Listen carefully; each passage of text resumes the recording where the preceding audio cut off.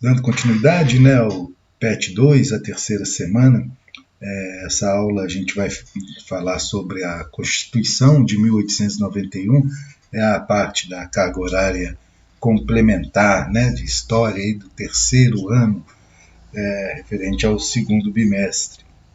Então nós vamos falar um pouquinho sobre a primeira Constituição Republicana do Brasil, que foi promulgada em 1891. A Constituição de 1891 foi a segunda da história brasileira, né? A primeira Constituição foi em 1824, né? Aquela outorgada por Dom Pedro I, e a primeira do período republicano. Foi promulgada, né, em fevereiro de 1891, como uma consequência direta das alterações da forma de governo, né? O Brasil era um império, né? E com a proclamação da República existe aí a mudança na forma de governo e, consequentemente, né, teria que criar aí uma Constituição mais adequada aos novos tempos, né, que o Brasil passaria a viver a partir de então, né, a partir de 1889, né, quando foi proclamada a independência, a proclamação da República, né, quando foi proclamada a República no dia 15 de novembro. Ela implantou mudanças significativas para o Brasil, ratificando o sistema republicano presidencialista, né, que até então já estava em vigor, implantando o federalismo e determinando a separação entre Estado e Igreja, né? Então a gente até falou a respeito disso em outra aula.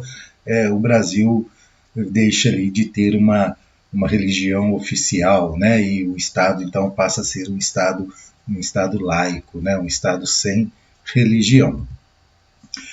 O contexto, né, em que essa Constituição foi outorgada, né, foi promulgada, né, está inserido na mudança de forma de governo do Brasil, né? Passou no final do século XIX, quando a monarquia foi substituída pela República. Nós falamos isso aí.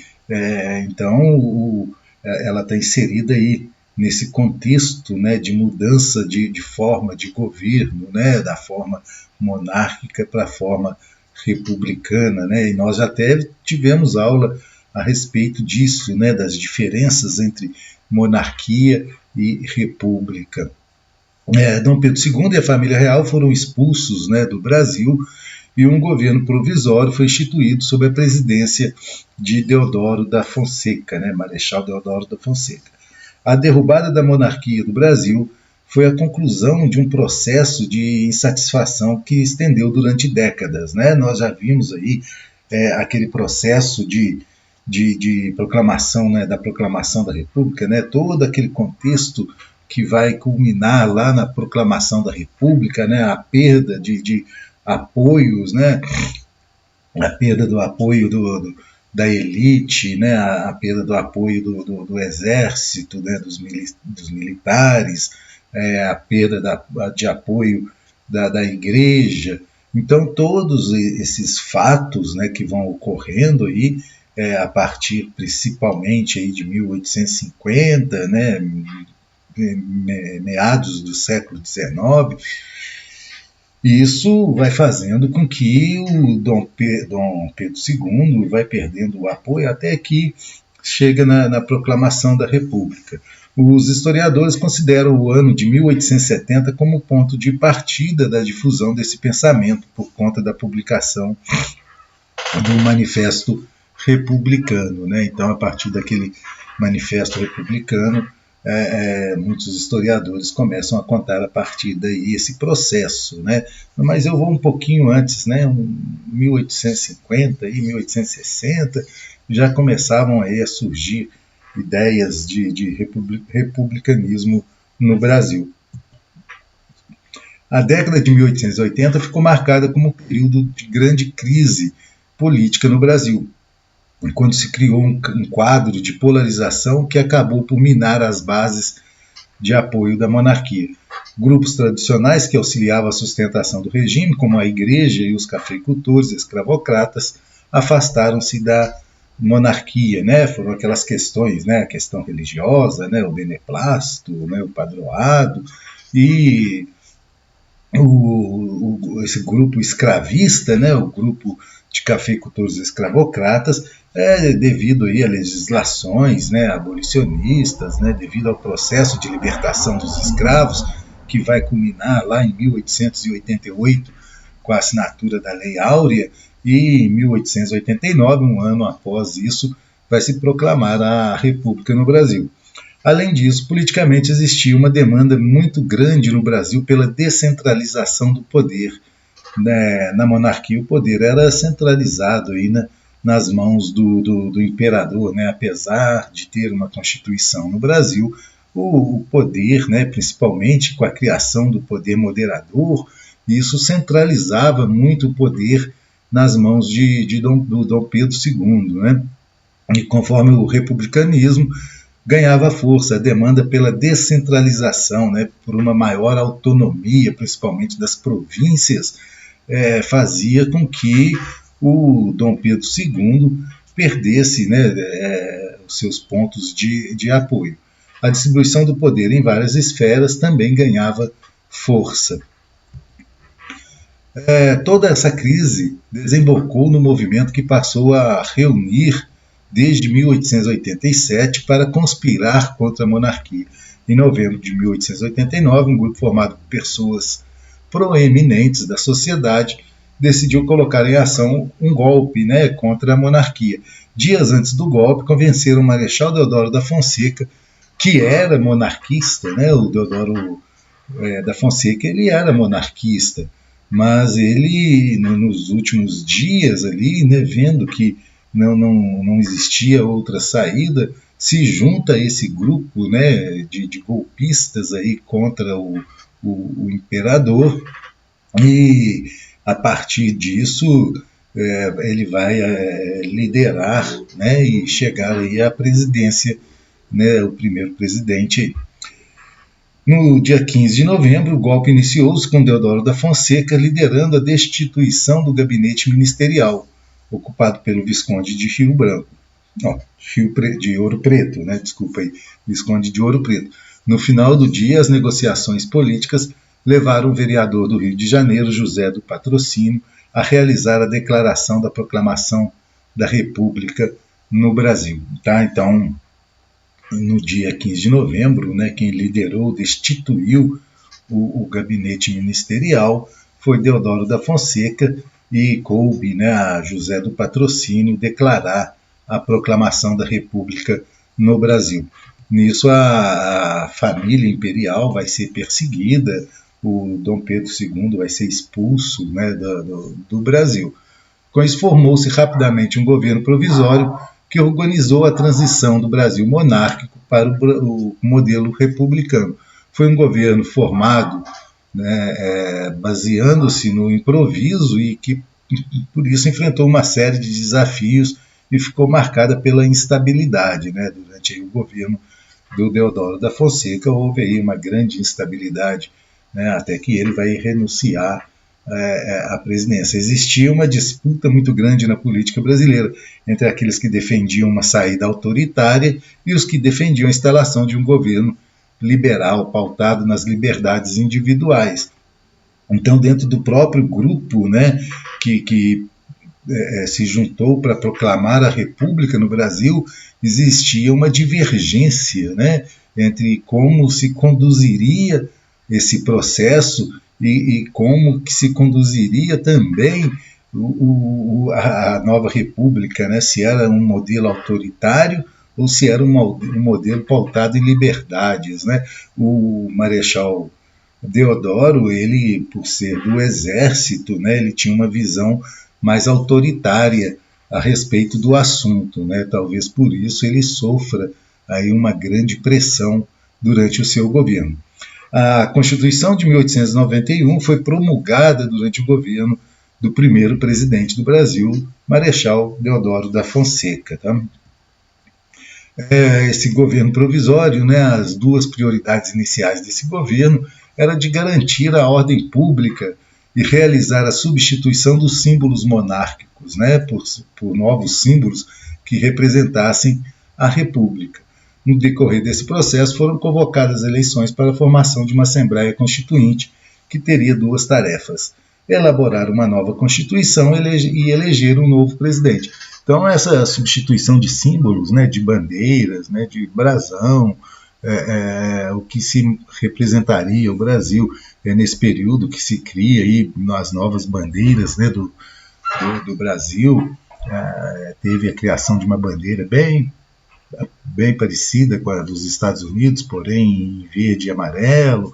Depois surge a bandeira, né, essa nossa bandeira aí, com o ordem e progresso, né, no sentido positivista que predominava naquele período, né, uma filosofia positivista. As eleições, né, depois de elaborar aí uma nova Constituinte, as eleições foram realizadas em setembro de 1890 e refletiram, né, as eleições para a nova Constituição, e refletiram os grupos que estavam à frente da República Brasileira. Eles categorizam, existia aí, né, uma categoria aí, né, vamos dizer assim, em 3 grupos: os republicanos históricos, aqueles que apoiavam a causa desde 1870, os adesistas, né, aqueles que aderiram às ideias republicanas em cima da hora, e aqueles que ainda eram monarquistas, né? Então existiam aí esses 3 grupos: um grupo que ainda defendia a monarquia, né, que queria a volta da monarquia, os republicanos que vinham lutando desde 1870 e aqueles que chegaram, né, de última hora aí, principalmente defendendo as ideias republicanas. A posição social dos membros da Constituinte mostra que 128 eram bacharéis, né, possuíam curso superior, né, de bacharel em alguma área, muitos dos quais filhos dos representantes da classe senhorial e proprietária de terras, né, até porque não existiam não existiam universidades, né, no Brasil, e muitos estudavam no exterior, né, e quem tinha condições de estudar no exterior, na maioria eram filhos de proprietários de terra. Existiam 55 militares, oriundos dos centros urbanos e dos setores médios da população. 38 eram monarquistas convictos, que haviam exercido cargos durante a monarquia que havia caído, né, que havia sido terminada ali dia 15 de novembro. O trabalho da Constituinte no processo de elaboração da nova Constituição estendeu-se por 3 meses e resultou na promulgação da Constituição em 24 de fevereiro de 1891. Por fim, a Constituinte também participou da votação, né, foi uma votação indireta, e elegeu o Deodoro da Fonseca como presidente do Brasil de maneira constitucional, né, porque até então ele exercia o cargo por ter sido líder ali, né, da proclamação da República. Então, ele acaba sendo eleito, né, pela Constituição, e passa a ser, então, o presidente que deveria, né, seguir as leis, as novas leis que haviam sido votadas na Constituição. A estrutura da Constituição de 1891, né, ela foi promulgada, né, em 24 de fevereiro de 1891. Foi a primeira Constituição Republicana do Brasil e a segunda de nossa história, né? Lembrando, né, a primeira foi em 1824. Ao todo, a Constituição de 1891 contava com 91 artigos e 8 artigos de disposição transitória, né? Isto é, determinações que teriam validade apenas em determinado período de tempo, para organizar determinada área. A Constituição de 1891, enquanto instrumento que ratificou a mudança da forma de governo do Brasil, né? Então ela ratifica, né? Ela determina ali que o Brasil passaria a ser um país republicano. Trouxe mudanças significativas para nosso país e destacaremos algumas delas, né? Um ponto de partida importante é que essa Constituição ela é inspirada, né, na Constituição dos Estados Unidos, tá? Então, a Constituição Republicana, a primeira Constituição Republicana no Brasil, ela tem uma influência da Constituição dos Estados Unidos. A nova Constituição ratificou o republicanismo como forma de governo e estipulou que o presidencialismo seria o sistema de governo da República, né? Então, o Brasil seria uma república presidencialista, né? O Brasil teria a eleição de presidentes, né? Seríamos então um governo republicano presidencialista. O nome do país ficou decidido por Estados Unidos do Brasil. Veja bem, hoje a gente chama República Federativa do Brasil, né? O nosso nome, o nome do nosso país. Quando lá da Constituição de 1891, o nome do Brasil era Estados Unidos do Brasil, para a gente ter uma noção aí da influência que foi a Constituição dos Estados Unidos, né? A Constituição norte-americana na política brasileira, tá? Então, é interessante saber isso, né? Que o Brasil já chamou os Estados Unidos do Brasil. Há um tempo atrás aí teve um político num debate, né, se não me engano, acho que foi o Zé Serra, ele falou isso, né, que o nome do Brasil era Estados Unidos do Brasil. Cometeu uma gafe, né, ele deu a impressão de que ele não sabia o nome do próprio país. Além disso, a nova Constituição enquadrou o Brasil na tradição liberal norte-americana de organização federativa e do individualismo político e econômico, né? Então, o Brasil passava a ser uma república presidencialista e também federativa, né? Onde que existe a divisão aí dos estados, né? Naquele período chamado de províncias, com autonomias, né? E isso com uma autonomia de organização e a economia, né, adotava-se aí um sistema econômico mais liberal.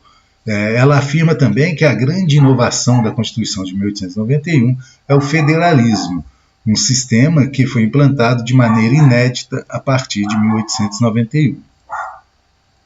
O que é, né, então, um pouquinho aí sobre o federalismo? É um sistema político marcado pela união de todas as federações que formam uma nação, né? Essas federações a gente entende como sendo os estados, né? As províncias, nesse caso, os municípios e o Distrito Federal, né? Que é a capital do país. Unem-se, né, de maneira a formar o Brasil como nação, mas apesar de unidos, esses entes federativos mantêm cada qual a sua autonomia política. Então existe aí essa liberdade política no conjunto, né, que forma a federação. Tá? Então o que é o federalismo? Né? É um sistema político, tá? que onde o país, né, ele é formado pelos seus estados, pelos seus municípios, pelo Distrito Federal. Porém, né, apesar de estar centralizado o poder no governo federal, existe uma determinada autonomia política entre os seus entes. Assim, no federalismo, estados e municípios garantiam para si grande autonomia política do governo federal. Esse sistema político implantou em nosso país uma grande descentralização política, uma demanda de décadas de alguns grupos da política brasileira. Essa autonomia, né, das províncias, ela já era debatida desde a primeira Constituição, 1824, né? Foi até 1823, foi até um dos motivos que o Dom Pedro I fechou a Constituinte, né, que estava elaborando uma nova Constituição para o Brasil, e depois criou, em 1824, a primeira Constituição. Era essa autonomia, né? E o Dom Pedro, naquela época, não aceitava essa autonomia das províncias brasileiras. Essa descentralização da política deu força a uma das características mais marcantes da República, né, da Primeira República, o poder aí, né, dos chamados coronéis, né? Então essa descentralização acabou o poder ficando, né, nas mãos de pequenos grupos, né, de cada estado ali, né, das regiões, e isso vai fazer surgir a figura do coronel, né, vai fazer surgir aquela troca de favores, a política dos governadores, e até chegar aí também na política do café com leite. Por meio desse sistema, os estados ganharam para si um enorme poder. Os governantes dos estados passaram a ter grande autonomia da administração, administração das questões de governo relacionadas ao seu espaço de jurisdição, né? Então, ali os governantes, né, de determinados estados, eles, né, das províncias, eles passaram a ter poder. Primeiramente, o governante dos estados não era mais indicado, como acontecia na monarquia, passando a ser eleito. Mas, além disso, os estados passaram a deter a propriedade das minas, das terras devolutas, situadas em seus territórios. Podem legislar também sobre qualquer assunto que não lhes for negado, expressa ou politicamente, pelos princípios constitucionais da União, né? Ou seja, a autonomia, a liberdade que o Estado tem para criar leis, ela é limitada, né, ao que já existia na Constituição, né? Então, o Estado ele não podia criar uma lei que ferisse o que já existia, né, criado ali pela Constituição. Assim, os estados garantiam autonomia para formular leis, cobrar impostos e propor diversos tipos de ações. As características gerais, né, as transformações trazidas pela Constituição de 1891 não ficaram reclusas às questões relativas ao federalismo e à forma de governo, né? Então, não foi só o federalismo que se discutiu ali na Constituição de 1891. Com a nova Carta, o Brasil deu garantias a diversas liberdades individuais, das quais a liberdade de reunião, de culto, de expressão, de direito à propriedade privada. Então, não se tratou apenas da forma de governo, do sistema econômico, do sistema de governo na Constituição, né? Criou-se leis que garantiam outros direitos, né? Garantias de liberdade, de expressão, de propriedade. Um avanço significativo aconteceu também a garantia do direito ao habeas corpus, né? O direito de se defender em liberdade. Além disso, houve a separação oficial entre Estado e Igreja, sendo assim o catolicismo deixa de ser a religião oficial do Estado, né? Eu comentei isso lá no início da aula. Com essa nova Constituição, o Estado, né, separa-se, né, da Igreja. O Estado impõe-se como um Estado laico, né? O Estado brasileiro colocava-se como neutro em assuntos relativos a questões religiosas. Estabeleceu-se também o princípio dos três poderes, né? Executivo, legislativo e judiciário. Antes, executivo, legislativo, judiciário e moderador, né? Agora não, adota-se a divisão de três poderes, conforme, né, lá na Revolução Francesa, né, nos ideais iluministas. Então, o executivo, legislativo e judiciário passam a ser os três poderes, né, que são exercidos no Brasil. Extinguiu-se o cargo de senador vitalício, né? O senador, antes da Constituição, ele era vitalício, né? Ele era escolhido e ficava como senador até a morte, né? Então ele passa a ser eleito. O presidente e o vice-presidente seriam eleitos por um mandato de 4 anos, sem direito à reeleição, tá? Essa ideia de reeleição, ela vem depois. Na questão do voto, impunha-se o voto, o sufrágio, né? O voto universal masculino, mas com algumas limitações, tá? Então, vai mudar um pouco em relação à idade, mas continua se negando o direito ao voto a grande parte da população, né? As mulheres, por exemplo, ainda não podiam votar, mas com algumas limitações. Na questão dos direitos sociais, a Constituição de 1891 não faz nenhum tipo de abordagem, né? Então, direitos sociais ainda não estava, né, nos debates, né, para a criação dessa nova Constituição.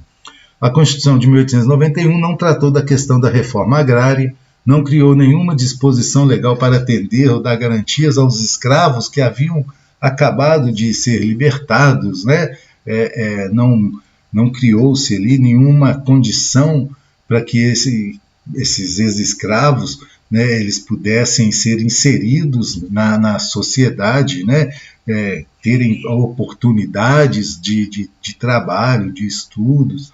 Então, a Constituição ela não vai entrar nesse assunto, né? Não vai entrar na questão da reforma agrária, até porque nós vimos que a maioria dos constituintes eles eram formados por filhos de grandes proprietários ou por monarquistas, né? Aqueles que queriam a volta da monarquia, e um pequeno grupo lá do exército, né? Que vinha aí de classes mais baixas ou médias, mas também que não tinha esse poder de modificar.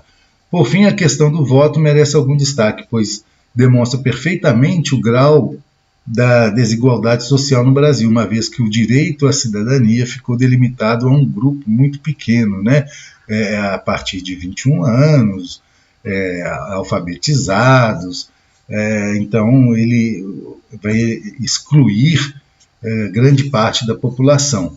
Tá? As regras para o voto, então, da Constituição determinou o fim do voto censitário, né? Aquele voto por renda, né, que existia, né? Só podia votar quem tivesse uma renda superior a tantas, a produção de farinha, né, de mandioca. Assim, não era mais necessário comprovar uma renda mínima para poder votar. Além disso, determinou o sufrágio universal masculino para todos os homens maiores de 21 anos, mas impedia aos mendigos, analfabetos, militares de patente baixa e religiosos que faziam voto de obediência tivessem direito ao voto. Então só podia votar homens acima de 21 anos, alfabetizados. Então a gente tem que imaginar o seguinte: lá no início, né, da Primeira República, quem estudava era apenas a elite, não existia escola pública, não existia obrigatoriedade de ensino, então ficava ali restrito a um pequeno grupo, né, esse direito ao voto. A nova Constituição não fez menção às mulheres, o que significa que esse grupo não tinha direito ao voto. E isso demonstra que os constituintes ainda não enxergavam as mulheres como cidadãs, isto é, indivíduos dotados de direitos políticos. Tá? Então, como não se falou de mulheres, ficou subentendido ali que as mulheres não tinham direito aos votos, o que restringiu ainda mais, né, o número de pessoas que podiam votar. A nova Constituição ainda ratificou a exclusão profunda de grande parte da população brasileira do direito de votar. Isso porque a década de 1880 ficou marcada pelo fim da escravidão no Brasil. Assim, os políticos, membros e representantes das elites econômicas no Brasil anteciparam-se e acabaram aprovando uma lei que reduziu a quantidade de votantes de 10% para 1% da população. Então, antes da Constituição de 1891, o número de eleitores era maior do que o número de eleitores após a Constituição de 1891, né? Porque quando era censitário, né, por uma renda mínima, essa renda mínima abrangia um número de pessoas maior do que quando passou-se a ter direito ao voto homens acima de 21 anos, alfabetizados, né, e excluía vários outros grupos. Então acabou reduzindo a quantidade de votantes. Essa lei ficou conhecida como a Lei Saraiva, sendo aprovada em 1881 e criando um cenário no qual o direito ao voto no Brasil ficou recluso a uma minoria privilegiada. Com a Constituição de 1891, o número de votantes aumentou timidamente e passou de 1% para 2% da população brasileira. Tá? Então, houve aí, né, essa mudança na Constituição. O eleitor José Murilo de Carvalho, usando o Rio de Janeiro como exemplo, demonstrou que na primeira eleição presidencial, que contou com voto direto para presidente e aconteceu em 1894, a capital do Brasil teve apenas 1,3% da população votando. Esse número aumentou para 2,5% da população 2 anos depois e chegou a 2,7% no ano de 1910. Então, aos poucos, né, foi aumentando aí o número de participantes, né, até 1910. Um fator que afastava uma série de votantes era a violência que marcava as eleições no Brasil. O voto nessa época não era obrigatório, né, então as pessoas muitas vezes não iam votar, né, ou por temor, né, da violência, né, existia uma grande violência nas eleições, uma grande disputa, e também existia, né, a política aí, né, os coronéis que mandavam, né, e as pessoas tinham que obedecê-los. Caso não obedecesse, acabava sofrendo algumas sanções, né, ou até mesmo violência física. Além disso, o voto não era secreto, fazendo com que as eleições pudessem ser facilmente manipuladas e fazendo com que muitos dos eleitores fossem ameaçados, né? Isso aí cabe uma discussão atual, né, bem atual, onde existem pessoas que defendem ainda o voto impresso, né? O voto impresso é uma forma da volta aí de coronéis, da volta, né, do voto forçado, né? Você vai votar, você tem um voto impresso, então você tem que obedecer determinados grupos, né, que vão te indicar um candidato. Caso você não obedeça, você vai sofrer aí sanções. O sistema eleitoral do Brasil durante a Primeira República foi extremamente conturbado. A utilização do voto de cabresto para eleger os representantes das oligarquias e outras práticas de manipulação dos resultados foram comuns, né, durante todo o período.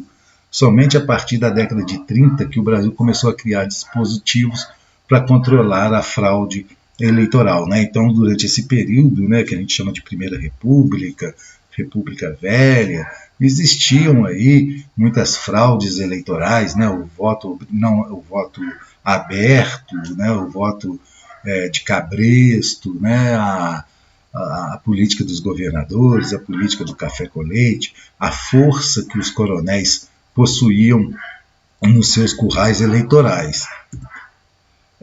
Assim a gente termina, né? Falamos aí um pouquinho a respeito da Constituição de 1891, né? Que trouxe alguns avanços em termos de liberdades individuais, de autonomia aí para as províncias, mas manteve, né, a oligarquia, né, aquele pequeno grupo de políticos no poder, né? Esse pequeno grupo ele soube utilizar desse poder e das leis a seu favor. Para encerrar, mais uma vez, sigam lá, né, no YouTube o canal Recorte Histórico e também, né, sigam aí no Instagram, né, o Recorte _Histórico. Um abraço a todos e até a próxima aula.